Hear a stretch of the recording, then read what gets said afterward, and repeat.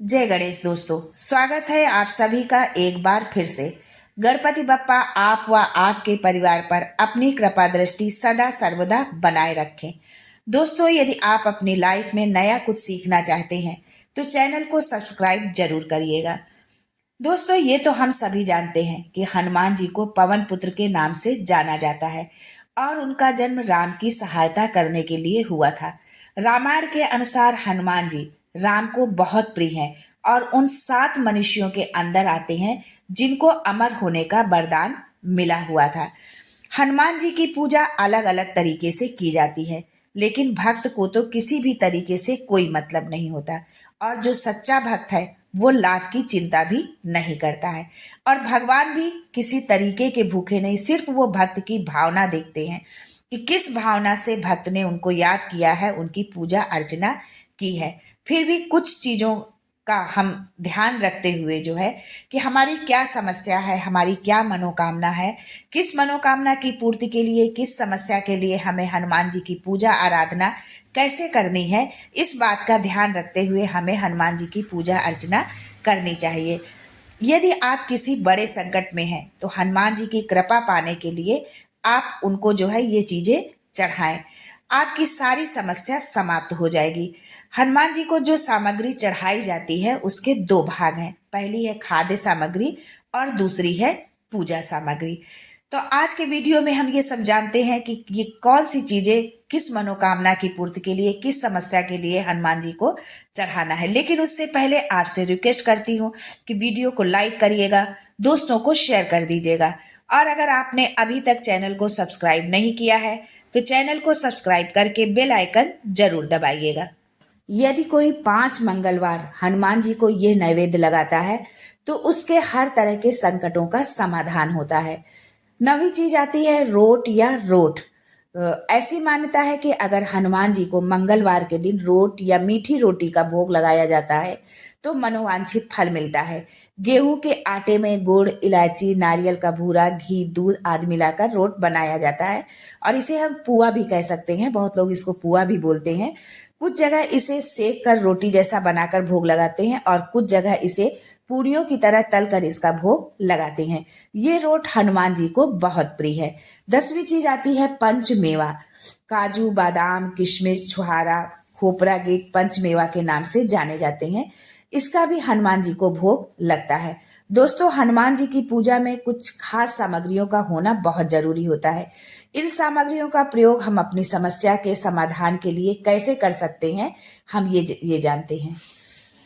अभी तक जो आपने जाना ये थी खाद्य सामग्री। अब हम जानते हैं कि पूजन की कौन सी सामग्री होती है। जो पूजा सामग्री है इसका प्रयोग हम अपनी समस्या के समाधान के लिए कैसे करें। पहली चीज आती है इसमें आटे का दीपक। दोस्तों, यदि आप कर्ज से डूबे हुए हैं तो आटे के बने दीपक में चमेली का तेल डालकर उसे बड़ के पत्ते पर रखकर जलाएं। ऐसे 5 पत्तों पर 3 दीपक रखें और उसे ले जाकर हनुमान जी के मंदिर में रख दें। ऐसा कम से कम 11 मंगलवार को करें। शनिवार को हनुमान मंदिर में जाकर हनुमान जी को आटे के दीपक लगाने से शनि की बाधा भी दूर हो जाती है। दूसरी चीज आती है पूजन सामग्री में सिंदूर। हनुमान जी को सिंदूर जरूर अर्पित करें।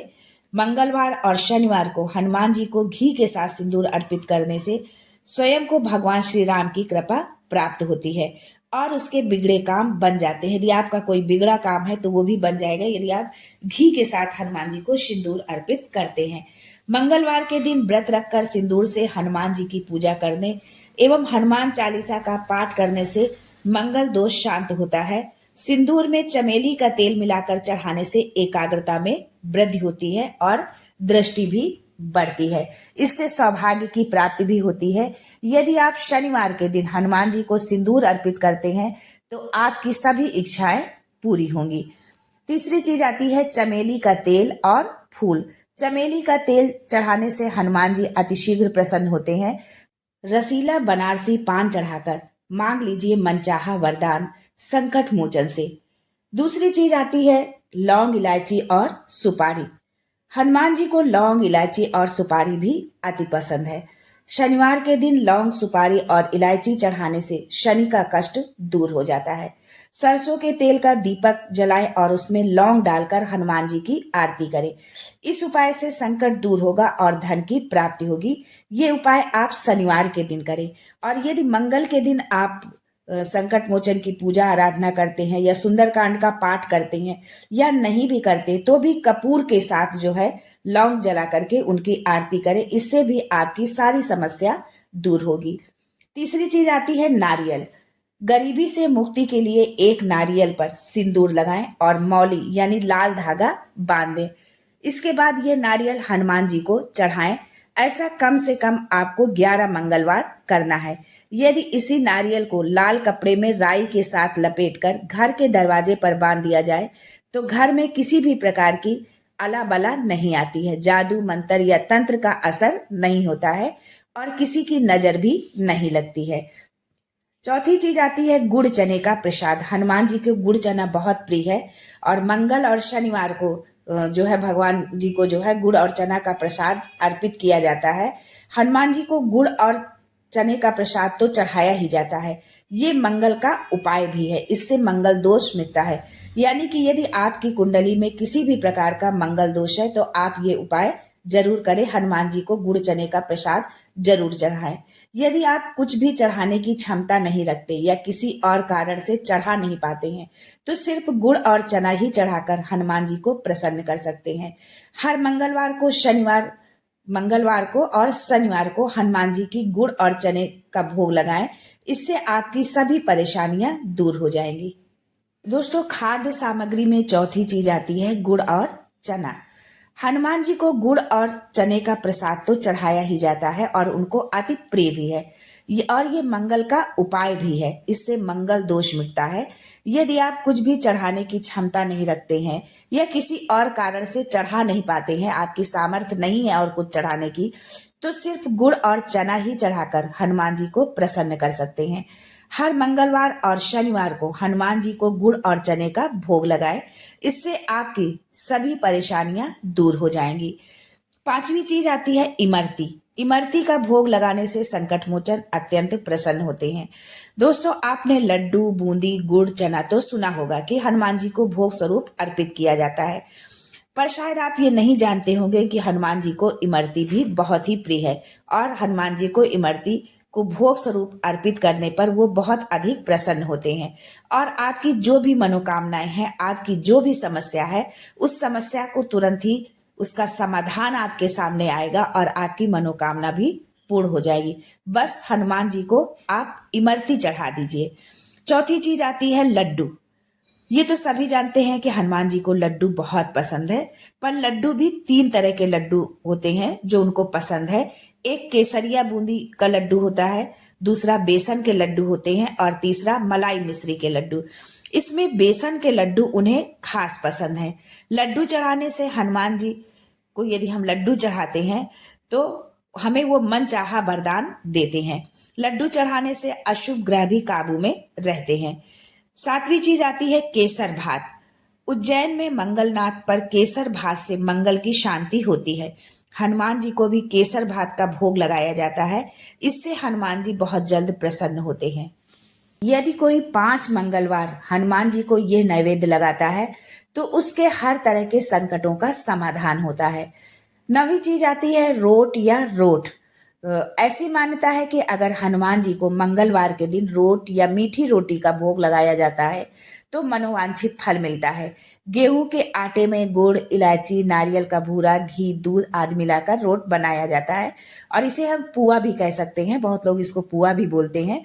कुछ जगह इसे सेक कर रोटी जैसा बनाकर भोग लगाते हैं और कुछ जगह इसे पूरियों की तरह तल कर इसका भोग लगाते हैं। ये रोट हनुमान जी को बहुत प्रिय है। 10वीं चीज आती है पंचमेवा। काजू, बादाम, किशमिश, छुहारा, खोपरा गिट पंचमेवा के नाम से जाने जाते हैं। इसका भी हनुमान जी को भोग लगता है। दोस्तों, हनुमान जी की पूजा में कुछ खास सामग्रियों का होना बहुत जरूरी होता है। इन सामग्रियों का प्रयोग हम अपनी समस्या के समाधान के लिए कैसे कर सकते हैं, हम ये जानते हैं। अभी तक जो आपने जाना ये थी खाद्य सामग्री। अब हम जानते हैं कि पूजन की कौन सी सामग्री होती है। जो पूजा सामग्री है इसका प्रयोग हम अपनी समस्या के समाधान के लिए कैसे करें। पहली चीज आती है इसमें आटे का दीपक। दोस्तों, यदि आप कर्ज से डूबे हुए हैं तो आटे के बने दीपक में चमेली का तेल डालकर उसे बड़ के पत्ते पर रखकर जलाएं। ऐसे 5 पत्तों पर 3 दीपक रखें और उसे ले जाकर हनुमान जी के मंदिर में रख दें। ऐसा कम से कम 11 मंगलवार को करें। शनिवार को हनुमान मंदिर में जाकर हनुमान जी को आटे के दीपक लगाने से शनि की बाधा भी दूर हो जाती है। दूसरी चीज आती है पूजन सामग्री में सिंदूर। हनुमान जी को सिंदूर जरूर अर्पित करें। मंगलवार और शनिवार को हनुमान जी को घी के साथ सिंदूर अर्पित करने से स्वयं को भगवान श्री राम की कृपा प्राप्त होती है और उसके बिगड़े काम बन जाते हैं। यदि आपका कोई बिगड़ा काम है तो वो भी बन जाएगा यदि आप घी के साथ हनुमान जी को सिंदूर अर्पित करते हैं। मंगलवार के दिन व्रत रखकर सिंदूर से हनुमान जी की पूजा करने एवं हनुमान चालीसा का पाठ करने से मंगल दोष शांत होता है। सिंदूर में चमेली का तेल मिलाकर चढ़ाने से एकाग्रता में वृद्धि होती है और दृष्टि भी बढ़ती है। इससे सौभाग्य की प्राप्ति भी होती है। यदि आप शनिवार के दिन हनुमान जी को सिंदूर अर्पित करते हैं तो आपकी सभी इच्छाएं पूरी होंगी। तीसरी चीज आती है चमेली का तेल और चमेली का फूल। चमेली का तेल चढ़ाने से हनुमान जी अतिशीघ्र प्रसन्न होते हैं। प्रत्येक मंगलवार चमेली के तेल का दीपक जलाकर और यदि आप चमेली का पुष्प भी उनको अर्पित करते हैं तो इससे हनुमान जी की कृपा से घर में सुख शांति और समृद्धि बनी रहती है। भूत प्रेत का साया नहीं रहता और किया कराया भी मिट जाता है। आप हनुमान जी के सामने चमेली के तेल का दीपक जलाकर दुश्मनों से छुटकारा पा सकते हैं। कहते हैं कि चमेली के तेल के साथ सिंदूर भी चढ़ाना चाहिए। यदि आप बीमार हैं या घर का कोई सदस्य बीमार है तो प्रतिदिन हनुमान जी के समक्ष 3 कोनों वाला दीपक जलाएं। दीपक में चमेली का तेल हो और हनुमान बाहु का आप पाठ करें। जो दीपक आप जलाएं उस दीपक में जो है चमेली का तेल डालें। चमेली के तेल से उस दीपक को जलाएं और हनुमान बाहु का पाठ करें। तो इससे यदि आपके घर में कोई बीमार है, बहुत दिन से बीमार चल रहा है, कोई उसको लाभ नहीं मिल रहा है, तो इससे आपको जरूर लाभ मिलेगा। 5 बत्तियों वाले दिए में चमेली का तेल डालकर हनुमान जी की मूर्ति के सामने जलाएं और हनुमान जी के सम्मुख शनिवार रात्रि में चौमुखा दीपक जलाएं। ये उपाय नियमित रूप से करने पर आपके घर परिवार की सभी परेशानियां समाप्त होंगी। अगली चीज आती है ध्वजा चढ़ाना। हनुमान जी को यूं तो लाल या केसरिया ध्वज या झंडा चढ़ाया जाता है किसी कार्य में सफलता प्राप्ति हेतु या युद्ध में विजय हेतु। ध्वज चढ़ाने वाले का मान सम्मान बढ़ता जाता है और उसे हर कार्य में तरक्की मिलती है।